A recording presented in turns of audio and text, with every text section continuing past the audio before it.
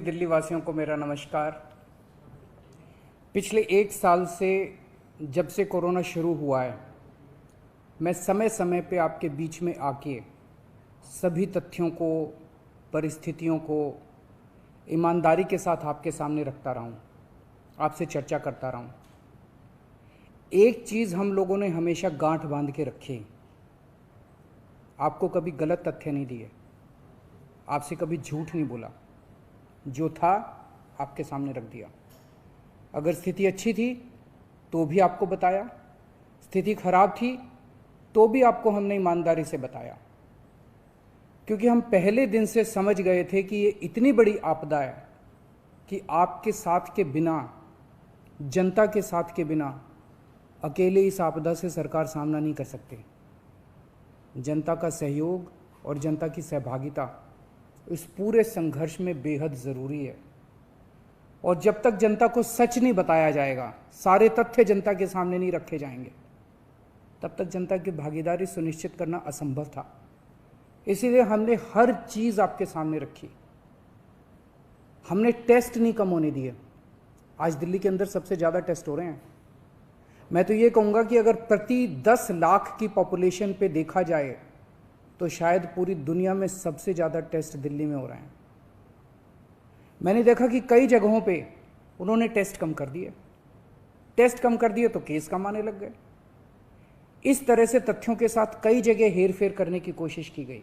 हमने ऐसा नहीं किया, हमने टेस्ट कम नहीं किए, उल्टे कम करने की वजह हमने दिल्ली में टेस्ट कई गुने बढ़ा दिए। आज लगभग 1 लाख टेस्ट दिल्ली में डेली हो रहे हैं। हमने मौत के आंकड़े आपसे नहीं छुपाए, जितनी मौतें होती थी हमने सब आपके सामने रखी, ईमानदारी से रखी।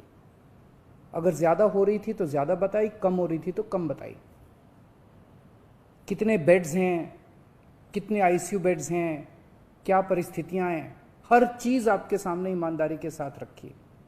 और इसी वजह से जब भी हमने कड़े निर्णय लिए, हमें आपका पूरा सहयोग मिला, दिल्ली की जनता का पूरा सहयोग मिला। मैं हमेशा कहता हूं कि हमारी दिल्ली एक परिवार है। दिल्ली के 2 करोड़ लोग एक परिवार हैं, और जब परिवार में कोई आपदा आती है तो सारे परिवार के लोग मिलकर उसका सामना करते हैं। अब भी हम सभी मिलकर इसका सामना करेंगे। पहले भी जीत हुई थी, अब भी जीत होगी। आज दिल्ली में क्या परिस्थिति है? पिछले 24 घंटे में दिल्ली में लगभग 23,500 केस आए हैं। उसके पिछले 24 घंटे में लगभग 25,500 केस आए थे। तो पिछले 3-4 दिन से रोज हम देख रहे हैं लगभग 25,000 के करीब केस आ रहे हैं। पॉजिटिविटी बहुत ज़्यादा बढ़ गई है, संक्रमण दर बहुत ज़्यादा बढ़ गई है। दिल्ली के अंदर अस्पतालों में उपलब्ध बेड्स की भारी कमी हो रही है। डेली 25-25 हज़ार अगर पेशेंट्स आएंगे तो कोई भी व्यवस्था चरमरा सकती है। दिल्ली के अंदर बेड्स की भारी कमी हो रही है। आईसीयू बेड्स दिल्ली में लगभग ख़त्म हो गए हैं।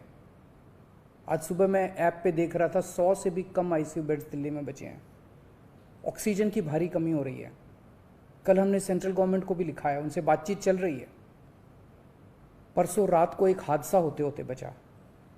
एक प्राइवेट हॉस्पिटल ने हमें बताया कि परसों रात को 3 बजे के करीब उनके अस्पताल की ऑक्सीजन लगभग ख़त्म हो गई। वो बोले जी हम तो बहुत बुरी तरह से डर गए, बहुत बड़ा हादसा हो सकता था। इधर उधर हाथ पैर मार के किसी तरह से उन्होंने कहीं से ऑक्सीजन का इंतजाम किया। दवाइयों की कमी हो रही है, रेमडेसिविर दवाई की खासकर काफ़ी कमी हो रही है। ये सारे तथ्य मैंने आपको डराने के लिए नहीं बताए, ये सारी परिस्थिति है। और इन परिस्थितियों में हमें अब अगला कदम क्या उठाना है, इस पे चर्चा करने के लिए मैंने आपको ये परिस्थिति बताई है। तो दिल्ली के अंदर कोरोना की परिस्थिति काफ़ी गंभीर है। अभी तक हमने दिल्ली के अंदर हेल्थ सिस्टम को बड़े अच्छे तरीके से मैनेज किया।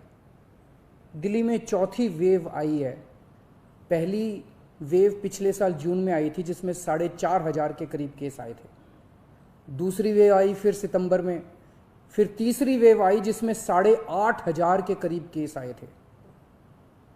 दुनिया के कई शहर ऐसे हैं, बड़े बड़े देशों के, विकसित देशों के शहर, जहाँ 6,000 केस आए तो उनका पूरा हेल्थ सिस्टम चरमरा गया, कोलैप्स कर गया। दिल्ली में 8,500 केस आए पिछली बार तीसरी वेव में, तब भी हमारा सिस्टम कोलैप्स नहीं किया, उल्टे हमने और ज़्यादा अपनी तैयारियां शुरू कर दी। आज 25,000 केस आए हैं। अब दिल्ली का हेल्थ सिस्टम अपनी सीमा तक पहुंच गया है। हमारा हेल्थ सिस्टम अब बहुत ज़्यादा तनाव में है। मैं ये नहीं कहूँगा कि हमारा हेल्थ सिस्टम अभी कोलैप्स किया है, लेकिन आज हमारा हेल्थ सिस्टम बहुत ज़्यादा तनाव में है। किसी भी हेल्थ सिस्टम की अपनी सीमाएं होती हैं। अनगिनत पेशेंट्स तो कोई भी सिस्टम नहीं ले सकता ना। किसी भी सिस्टम की अपनी सीमाएं हैं। पिछले 5 साल में आपकी सरकार ने दिल्ली में बहुत बड़े स्तर पे स्वास्थ्य के क्षेत्र में काम किया है। खूब नए हॉस्पिटल खोले हैं, मोहल्ला क्लिनिक, पॉलीक्लिनिक बनाए हैं। बहुत बड़े स्तर के ऊपर स्वास्थ्य के क्षेत्र में काम हुआ है। यही कारण है कि आज 25,000 केस के ऊपर भी दिल्ली का सिस्टम चल रहा है। लेकिन अब इसके बाद अगर तुरंत कुछ कठोर कदम नहीं उठाए गए तो ये सिस्टम कोलैप्स कर सकता है। और अगर हेल्थ सिस्टम कोलैप्स कर गया तो मुझे डर है कहीं बहुत बड़ी त्रासदी ना हो जाए। जैसे मैंने बताया कि कल एक अस्पताल में ऑक्सीजन बिल्कुल ख़त्म हो गई थी और बहुत बड़ी त्रासदी होते होते बची। मैंने वीडियोस देखे हैं, तस्वीरें देखी हैं, आपने भी देखी होंगी सोशल मीडिया पे। दुनिया के कई शहर ऐसे हैं जहां कॉरिडोर में पेशेंट्स पड़े हुए हैं, सड़कों के ऊपर लोग दम तोड़ रहे हैं। अभी तक हमने दिल्ली को उस किस्म की त्रासदी से बचाया है, वैसा नहीं होने दिया।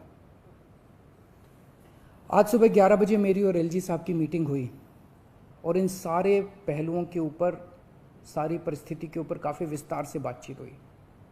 और उस बातचीत के बाद हमें ये लगा कि दिल्ली का हेल्थ सिस्टम बड़ी मात्रा में और अधिक पेशेंट्स अब लेने में असमर्थ है। अगर हमने अभी लॉकडाउन नहीं लगाया तो कहीं ऐसा ना हो कि बड़ी त्रासदी हो जाए। हम किसी भी हालत में दिल्ली को उस परिस्थिति में नहीं ले जाना चाहते जहां कॉरिडोर के अंदर पेशेंट्स पड़े हैं, सड़कों पे लोग दम तोड़ रहे हैं। आज सभी परिस्थितियों का जायजा लेने के बाद आपकी सरकार को ये लगता है कि दिल्ली में कुछ दिन के लिए लॉकडाउन लगाना ज़रूरी है। तो आज रात को 10 बजे से अगले सोमवार को सुबह 5 बजे तक 6 दिन के लिए दिल्ली में लॉकडाउन लगाया जा रहा है। इस दौरान जाहिर है कि जो एसेंशियल सर्विसेज हैं वो जारी रहेंगी, खाने पीने की, मेडिकल व्यवस्थाओं की वो जारी रहेंगी। ये शादियों का सीज़न है, लोगों के बड़े मुश्किल से रिश्ते बनते हैं, हम उनके रिश्ते तोड़ना नहीं चाहते। तो लोगों की शादियां संपन्न हों, लेकिन केवल 50 लोगों के गैदरिंग के साथ संपन्न हो। उसके लिए अलग से पास दिए जाएंगे। इसके बारे में अभी थोड़ी देर में डिटेल्ड ऑर्डर जारी हो जाएगा कि कौन कौन सी चीज़ें जारी रहेंगी और कौन सी चीज़ों पर पाबंदी रहेगी। मैंने और एलजी साहब के हम दोनों ने निर्णय तब लिया है जब हमारे पास कोई उपाय नहीं बचा था। हमारे लिए ये निर्णय लेना आसान नहीं था, क्योंकि मैं समझ सकता हूँ कि लॉकडाउन के दौरान किस तरह से लोगों के रोज़गार ख़त्म हो जाते हैं, लोगों की कमाई ख़त्म हो जाती है, और ख़ासकर सबसे गरीब तबके के लिए तो ये बेहद मुश्किल होता है। जो दिहाड़ी करके रोज़ कमाते हैं उनके लिए तो बेहद मुश्किल हो जाता है। पिछली बार जब देश में लॉकडाउन लगा था, हमने देखा कि किस तरह बड़ी संख्या में प्रवासी मजदूर अपने गांव जाने लगे थे। उनसे मैं ख़ास तौर से हाथ जोड़ के अपील करना चाहता हूँ, ये छोटा सा लॉकडाउन है, 6 दिन का, दिल्ली छोड़ के मत जाइएगा। आपके आने जाने में इतना समय खराब हो जाएगा, इतना पैसा खराब हो जाएगा, इतनी ऊर्जा खराब होती है। दिल्ली में रहिए। मुझे उम्मीद है कि ये छोटा लॉकडाउन है और छोटा ही रहेगा। मुझे पूरी उम्मीद है कि शायद बढ़ाने की ज़रूरत ना पड़े। आप दिल्ली में रहिए। यकीन मानिए, हम पूरी ईमानदारी के साथ सब मिल के लड़ेंगे तो जल्दी इस मुसीबत से छुटकारा पाएंगे। मैं आपको यकीन दिलाता हूँ, सरकार आपका पूरा ख्याल रखेगी। मैं हूँ ना, मुझ पे भरोसा रखिए।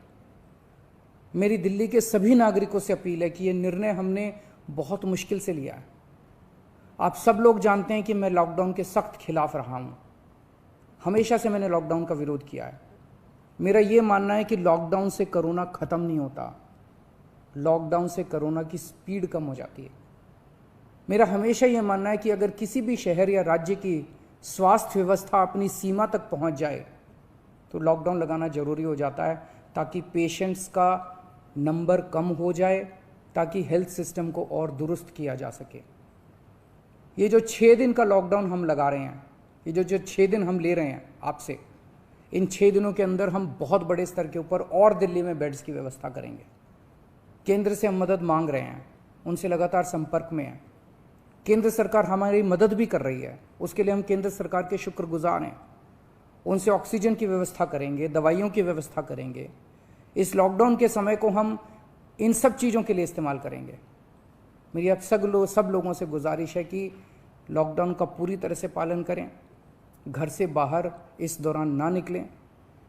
पहले भी हमने कई कठिन निर्णय लिए और आपने मेरा पूरा साथ दिया। मुझे पूरी उम्मीद है आज भी आप मेरा साथ देंगे। हम मिलके इसका मुकाबला करेंगे और ज़रूर जीतेंगे। नमस्कार।